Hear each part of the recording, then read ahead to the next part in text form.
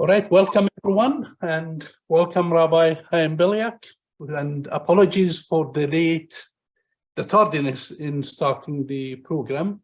I see great friends, many of our dear students, and also I see my colleague, Dr. Dina Aranaf, who will join me in welcoming Rabbi Beliak. And thank you, Dina, for the co-sponsorship. Can you share with us a few words of welcome, please? Absolutely. And as I mentioned at the start of this series, the Center for Jewish Studies is so grateful to Kamal and the chaplaincy program for bringing these important sessions that address wellness, health, and spiritual care through the lens of a variety of religious traditions. And it's really with thanks to support from Toby Philanthropies that we've been able to create this programmatic emphasis in exploring Jewish traditional frameworks of spiritual care that hopefully also provide kind of general tools for mental and physical wellness. And Rabbi Beliak, I'm so excited to learn from you this afternoon and from everybody who's here. So thank you again, Kamal, for your friendship and support as colleague. Thank you, Dina. And I would like to officially welcome my dear friend, Rabbi Haim Beliak, who is based in Los Angeles, not a stranger to the Bay Area or to the Graduate Theological Union. The title of the presentation, and I won't embarrass you, Haim, I'll let you introduce yourself in the way you like to be introduced. We put the title as Care for the Jewish Community, yet the presentation is extended to care for all communities. And today we will have a conversation on what's necessary, what's needed, what entails care for elder communities. Haim, you have the floor. Well, thank you. First of all, it's wonderful to be with you. I apologize for my difficulties this morning with the internet. It's good to be with you and to greet my friend Kamal. We've been friends and allies in many activities, and it's good to be with you around these issues of what I have been working in most of my life as a chaplain.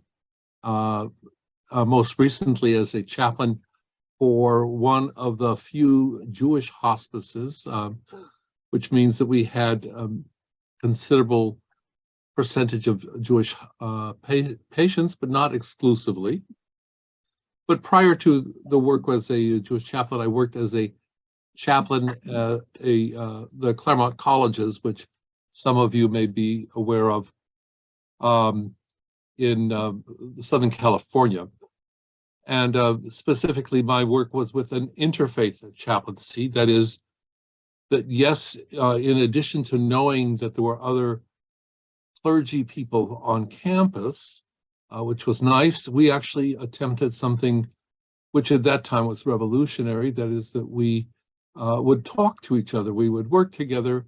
And I suspect that many of you that work in institutional settings will find that some aspect of your work will be interfaith. That is, that some of you may work in single faith institutions, but I suspect that that will be rather rare.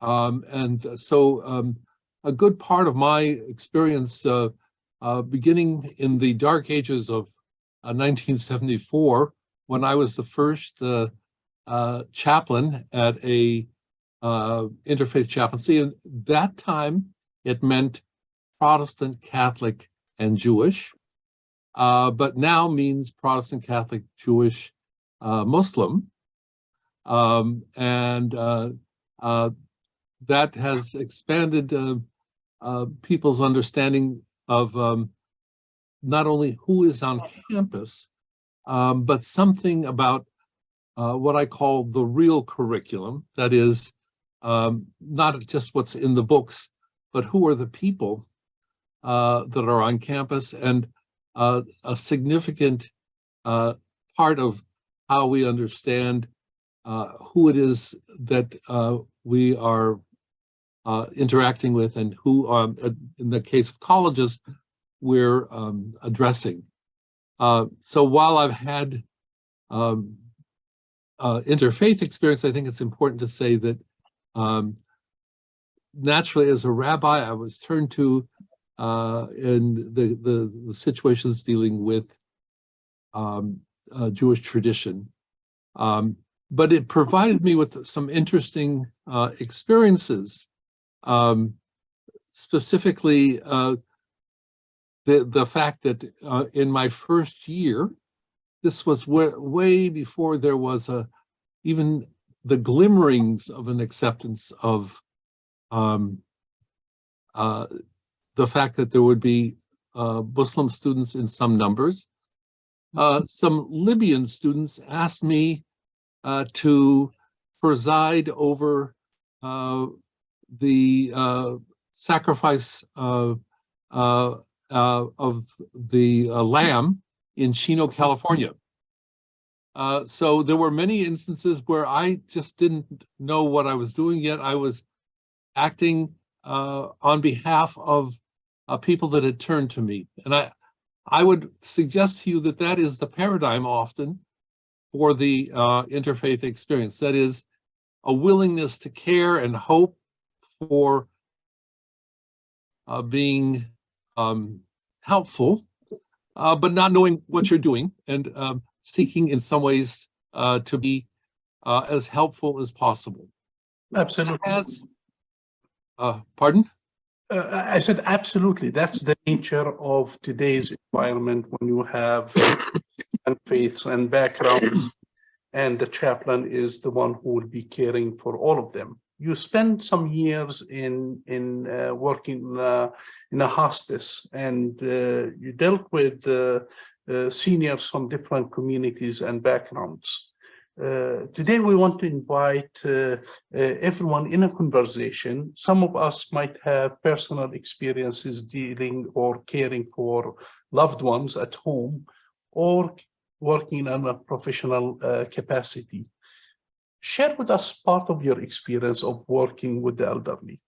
What did you find that the most common need that the seniors would have? Well, clearly, I think part of the need for the patient, and here I think we need to focus on that, was simply presence. Yes, there was many things that we could do, but mostly, I think in the initial encounter, listening to the patient, or as many of the key surrogates for the patient, without getting over involved in what is sometimes the conflict between the surrogates for the patient. So determining as quickly as possible what it is that the patient needed. In most instances, my service with especially elderly Jewish patients focused on the idea that they wanted a rabbi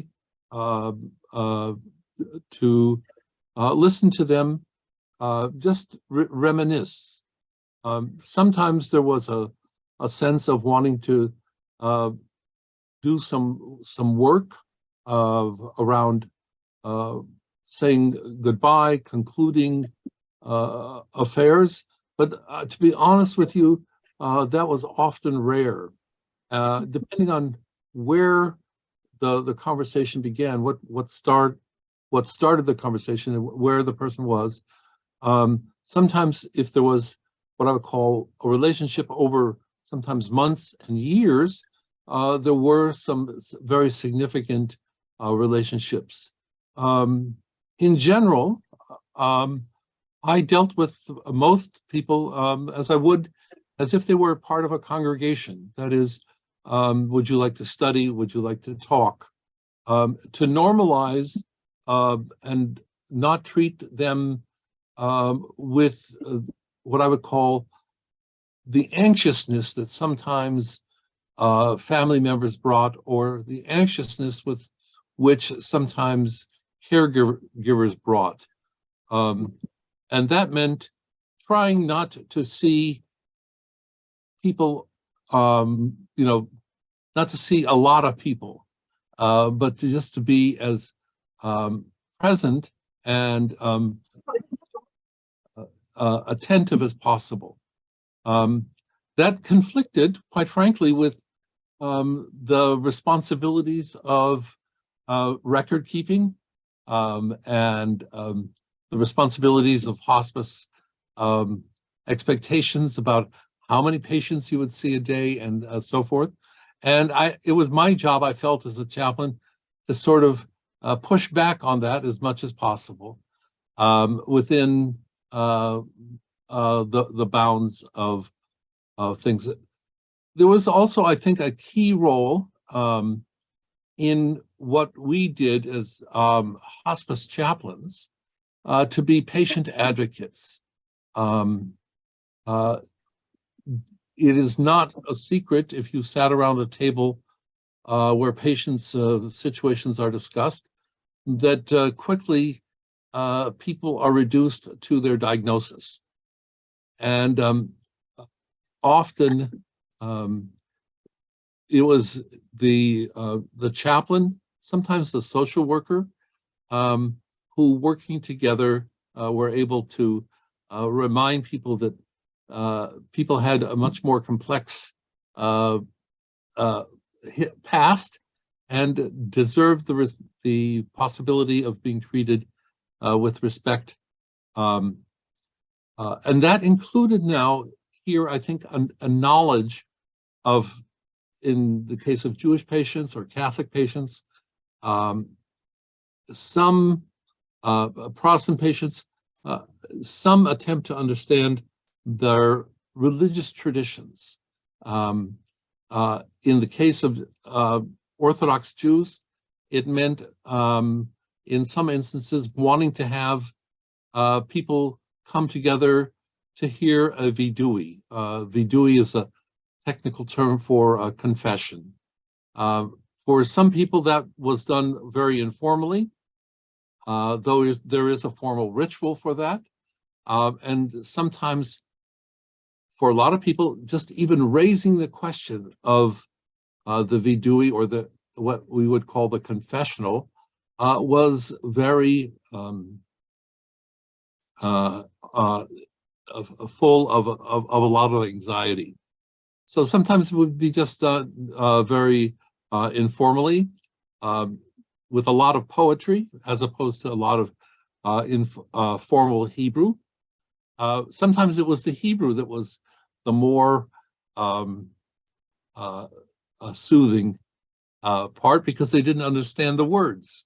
A lot of the times it was the sort of just sensing that we would be able to just read poetry together, or in some way respond to the moment of saying, is there something you'd like to say to your grandfather, your uncle, your aunt? Is there something you want to say to your grandchild? And either organizing things to say, why don't we give them a moment? Just being the conductor, so to speak, of those times together, and allowing people to come in and out, or for there to be the appropriate group events. And so understanding when the sort of group events were appropriate, or the individual events. I will say that one of the things that we did a lot of when patients were available to do this is we did life summary discussions. Sometimes these were even taped at the request of the family. And in some instances, we had wonderful Hollywood openings where we would actually have a party. And, we'd watch, sometimes it was a 15-minute video, sometimes it was a half-hour video. And there would be a discussion in certain senior homes and so forth with the right support staff.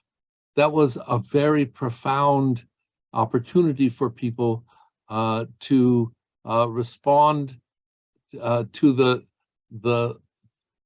desire. Now, I admit to you that this was not, these are not what I would call one-size-fits-all prescriptions. I did have occasionally administrators that were profoundly afraid of these kinds of things. But then there were some administrators that didn't know or were more relaxed about these kinds of things, and the same with their family members. Wonder if there's any thoughts or questions that people would like to share. Absolutely. We want to open the questions, the opportunity for everyone in the room. One question we discussed today in one of the classes is, how do you navigate when there are differences in expectations or treatment plans or choice between patients and or the different family members? How do you deal with that? Again, I don't think there is a one-size-fits-all response. I do think that in general, the response of most rabbis and clinicians is to try to give as much weight to what the patients are asking for as possible. I'm old enough to have been, I was trained in the world of what was called pastoral counseling. That was my first round with this work. And there was a discussion at that time is, do we tell patients that they're dying? Do we tell patients how sick they are? In general now, today, I think we do. But there are, in certain segments of the Jewish community, lots of our brothers and sisters from the Middle East, from Iran, just the fear that if that knowledge is there, it will cause the death. And while we may pretend that we know better, we don't. We sometimes have to listen to what the family wants around those kinds of issues. I see there's a question that was asked. And William, would you like to state your question? Okay. Yes, thank you. My question is, in most cases, in this kind of point of time, it might be ultimate test for their faith. So I'm curious to know, from a religious leader point of view, what is your perspective about their needs and how to help their families around them?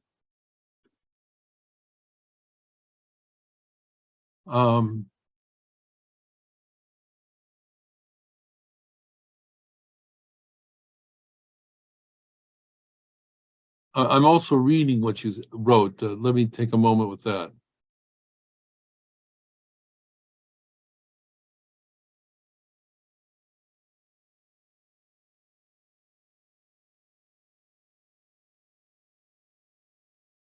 So,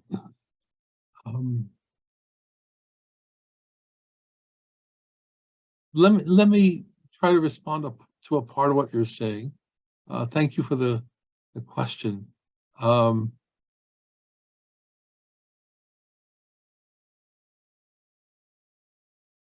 The question, there's a part of your question that resonates deeply with me, and that is death an ultimate encounter with issues of faith? And that, in a way, that's part of your question, that I want to say, I'm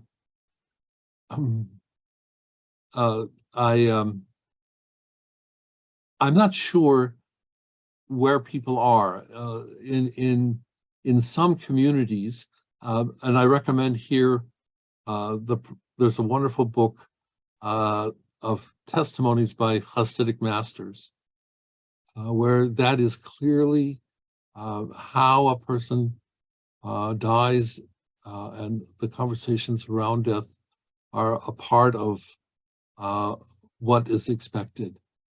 And similar situations in Catholicism, having been present in the moment where many people have passed away. I think for many people,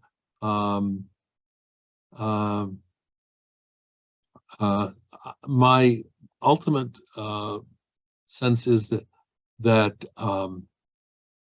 the suffering that the patient is experiencing is sometimes death comes as a relief.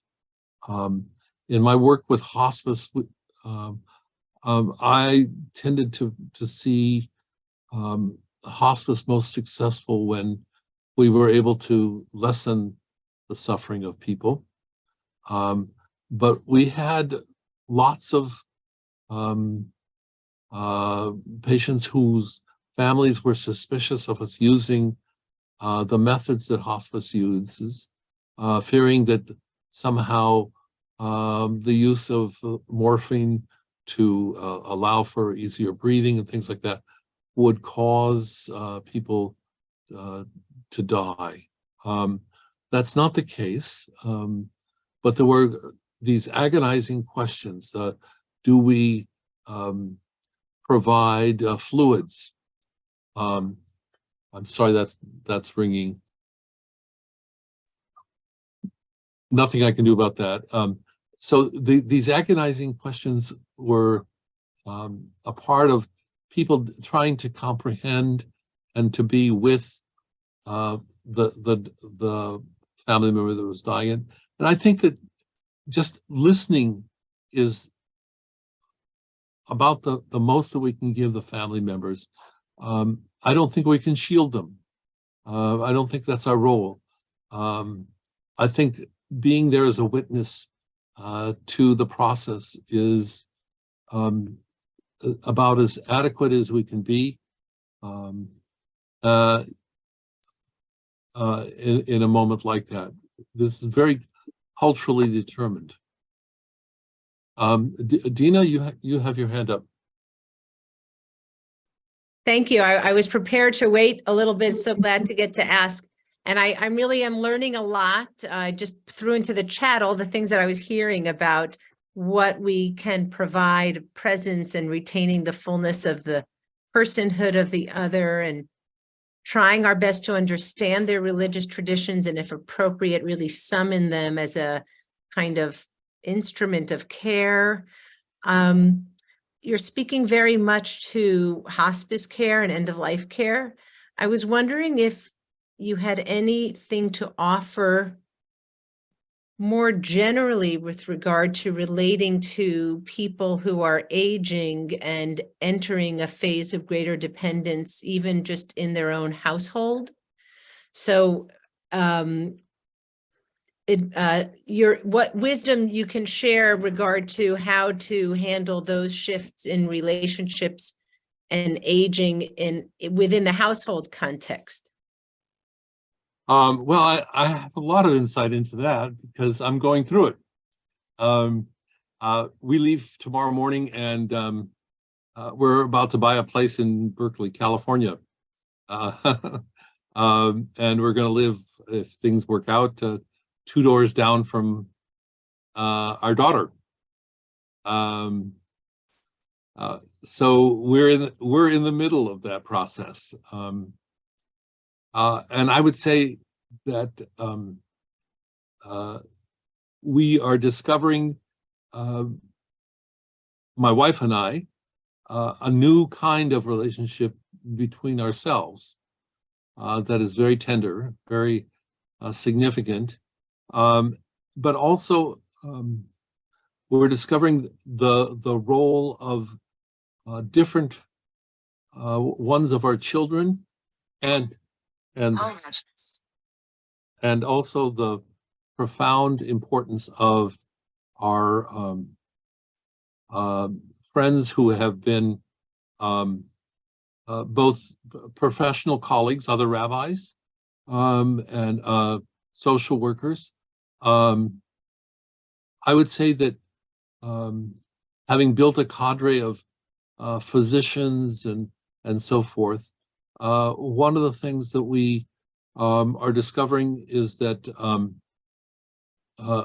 we're learning to consult in a way that I think we did not. I'm sorry. I'm all of a sudden becoming the most popular rabbi in Los Angeles. You'll excuse me. I don't know what has caused this. Just you'll excuse me. We are experiencing also the fact that as we deal with technical things, we are consulting with insurance people and with real estate people and a whole host of people. And our first instincts were not to do that. We were fairly independent, and we were, frankly, as a rabbi and my wife as a rebbitzin, we were the ones that people turned to. And now we're discovering that we're in a different situation. So I think that that's a key for many of us that have chosen this path of wanting to be chaplains and caregivers, to understand that we're in the circle. This moment we may be honing our skills to help, but that at some point we will be receivers of this concern as well. Now, as far as the specifics, one of the things that we in the Jewish community and in most Jewish communities, most religious communities have, is a kind of set of customs around sitting shiva, around gathering, and one of the things that has been a new custom is just having things like the life summary events that I described earlier. And birthdays have become less trotting out the cake and more opportunities for us to do some deeper reflection with our grandkids and kids. That the same goes for holidays like the one that's coming up, Passover. We're doing less of, Kamal has been to these events, the 40, 50 person seders, and more of the, where we did all the cooking, we did all the preparation, and we farm all that out. We buy as much food. We reserve one or two of the special dishes that we make. But that becomes, if you will, a symbolic transmission. And I think for those of us that have a religious bent, the facilitating of the transmission of the symbols and the activities from one generation to another is a religious commitment that is profoundly important. It needs to be done consciously, and from my perspective, that this wonderful gift we have of aging, this aging is turning into what one of my teachers, Zalman Schachter Shlomi, used to call saging. That is, that we are in a process of becoming transmitters of wisdom. And it's an interesting thing to be a sage, or a sage in the making.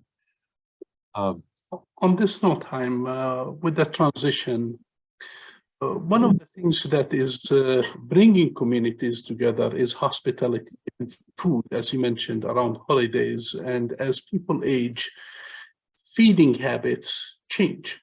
As people enter into the dying stage, the food pattern change, where people, they eat less, sleep more.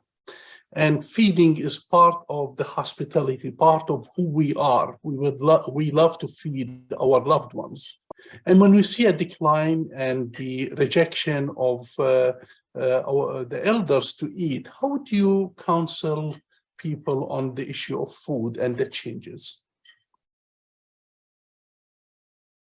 Well, we're talking about a more advanced stage of where the body is beginning to shut down.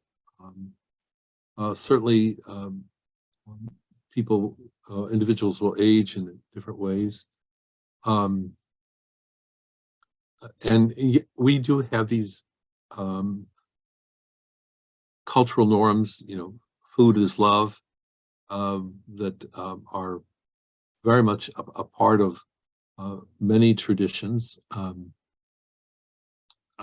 And in general, I have argued that depending on the stage where people are, we don't want to overdo anything, but on the other hand, a little of something is sometimes, I think, symbolically important. And even bringing it, and even if there is the moment where the nurse or the senior member of the family says, well, we'll just have a little taste. The fact that it was brought and prepared is almost as important as the fact that it's being shared and eaten. So I think those kinds of things are very important to prepare and foster. Other thoughts or questions?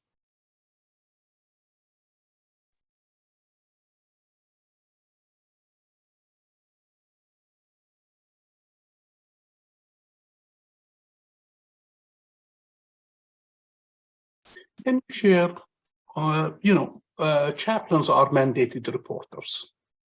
And can you shed some light on, have you encountered abuse, and do you have the resources to report that? And is it something common that you see in elder care, for example, in an institution or home setting? I'm going to ask you to repeat that, Kamal. Go ahead. I'm talking about the role of chaplains as mandated reporters. Sometimes, not quite often, we might encounter some elder abuse. As a chaplain, have you encountered difficulties in reportings or in sharing that, translating what might be a cultural norm as abuse? So, as Kamal will know, I've not served in congregations that are well heeled. Many of the places I've served are in places that are on the edge economically. So I've encountered this a lot, and I've encountered it in several different ways. Elder abuse is something that happens in institutions, something that happens among family members, and quite frankly, it is both an administrative issue sometimes and just a training issue. But for us as chaplains, it is a reporting issue. Whatever the issues are surrounding the new administrator or the person that is not quite trained and so forth, our first duty is to protection of the individual and the reporting directly to the proper authority. In my instance, one of the struggles that I had as a congregational rabbi was that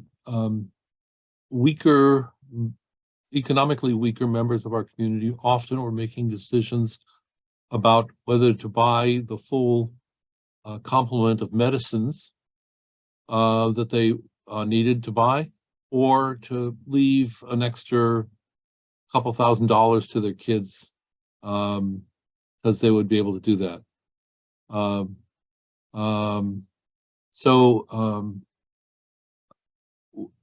Intervening on behalf of people, informing kids that sometimes we're not aware, or having community resources to help people that were economically in distress, but using the state mandated systems. They are not perfect, but they are something of an alarm clock that allows us to address these things. I would add that the abuse issues are things that we constantly trained for in the hospice setting, because they're the people who were the most vulnerable, and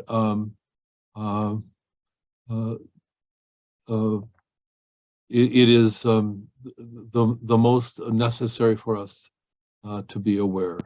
I have a question here from someone who's asking, what does hope look like for practicing Jewish people who are approaching death?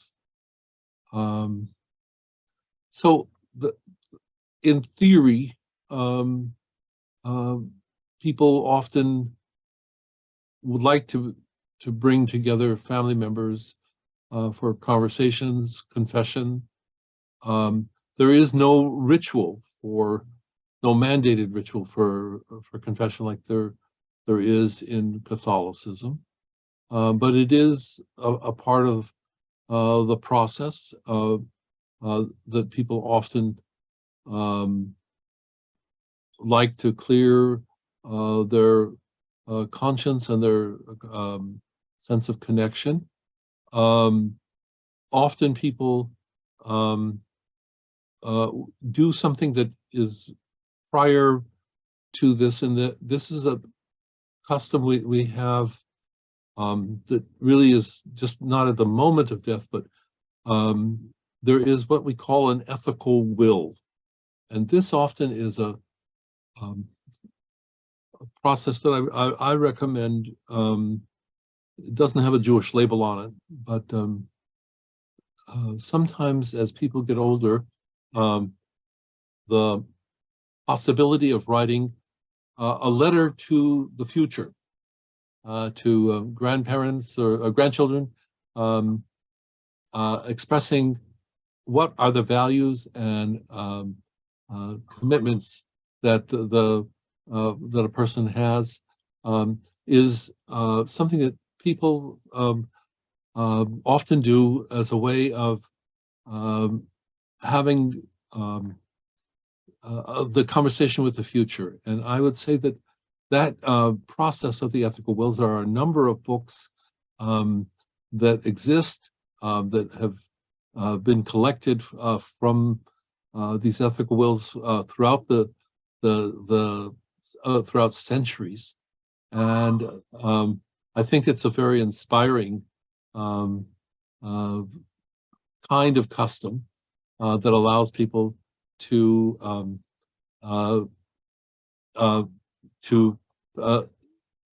express that they're not leaving just material things, which are ephemeral, but that they're thoughtful about what their hopes are and what their dreams are for the next generation. Any questions from the audience?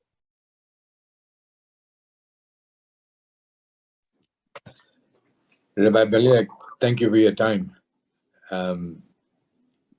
I had a question regarding beliefs about afterlife or what happens when one dies. If someone, if you have an example of people looking to you for that answer, and in what ways have you answered that question?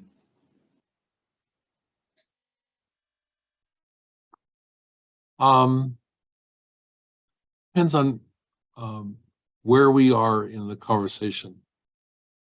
I have a personal belief that there is something after this life. As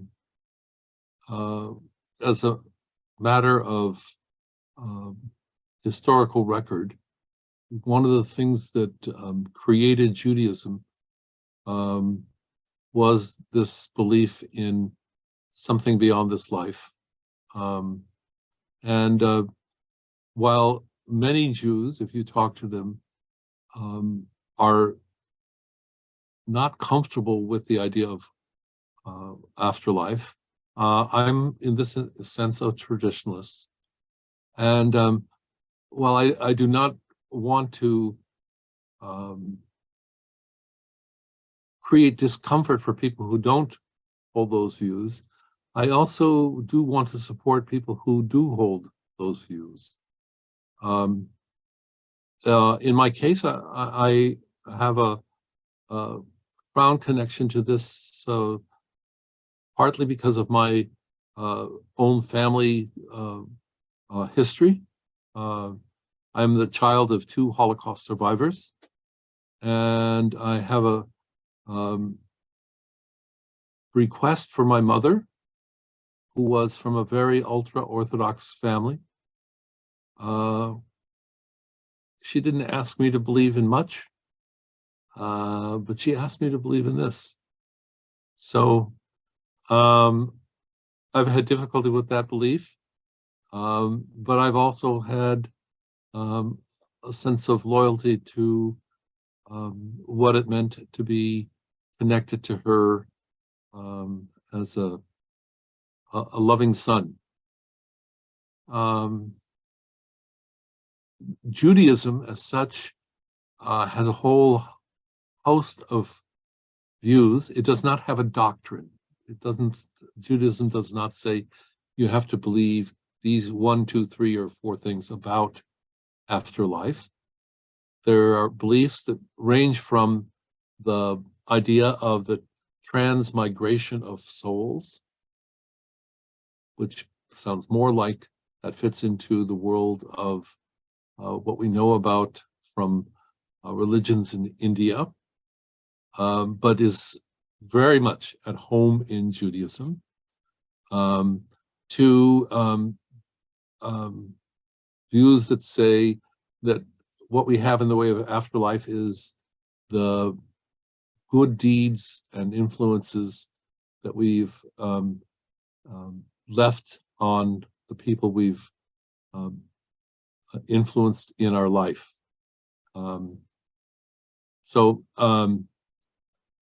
Other ideas, some people believe in what we call the physical or bodily resurrection of people. I have not particularly entertained that idea, though if it does happen, I want my 21-year-old body back. I figure that's the best shape I was in. I swam against Mark Spitz, even though he double lapped me.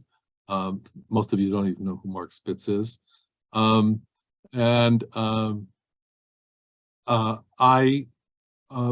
respect these traditions in other people, other religions, partly because they've given people a sense of hope. I think that people living without hope is a dangerous thing, because I think it leads people to act in politically and socially asocial ways. I'll put it in a nice way.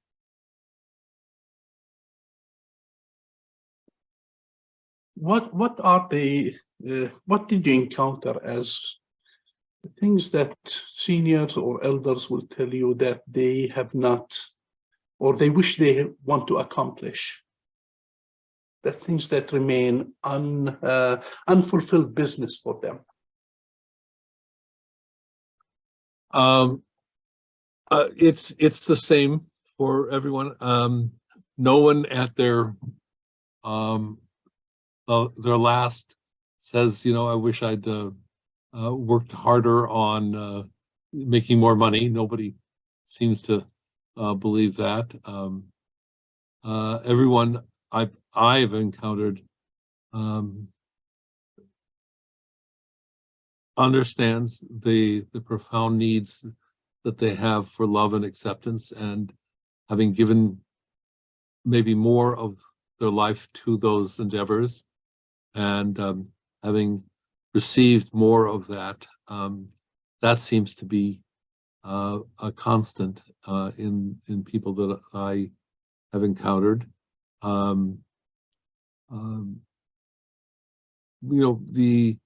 The challenges that I think we face are that many of our people want to be in control of their death, and they want to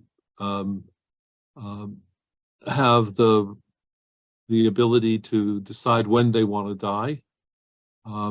I am very skeptical of those efforts, partly as a religious person, partly as a sense that while I certainly understand that there can be situations of great suffering where medical attention, and especially attention to great pain, needs to be addressed. I believe that dying is part of being connected to our religious connection as people that are not in charge of everything, that life and death are in the hands of God.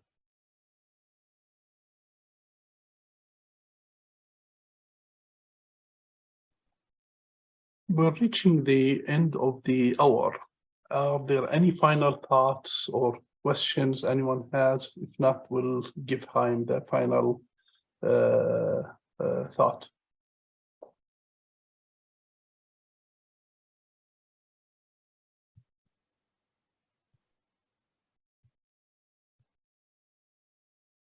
Haim, can you share with in front of you are students of chaplaincy from different faith traditions.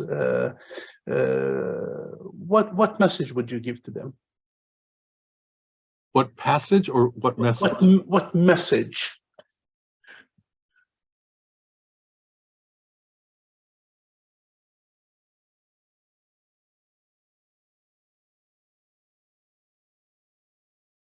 I think that we've been given the opportunity to care for others, and that caring has allowed us to be more human and more connected to a purpose of being connected to the religious and the holy.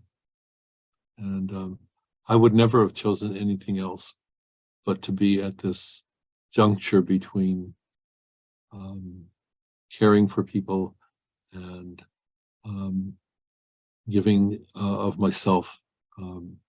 And I suspect that that is a motivation for many of the people who are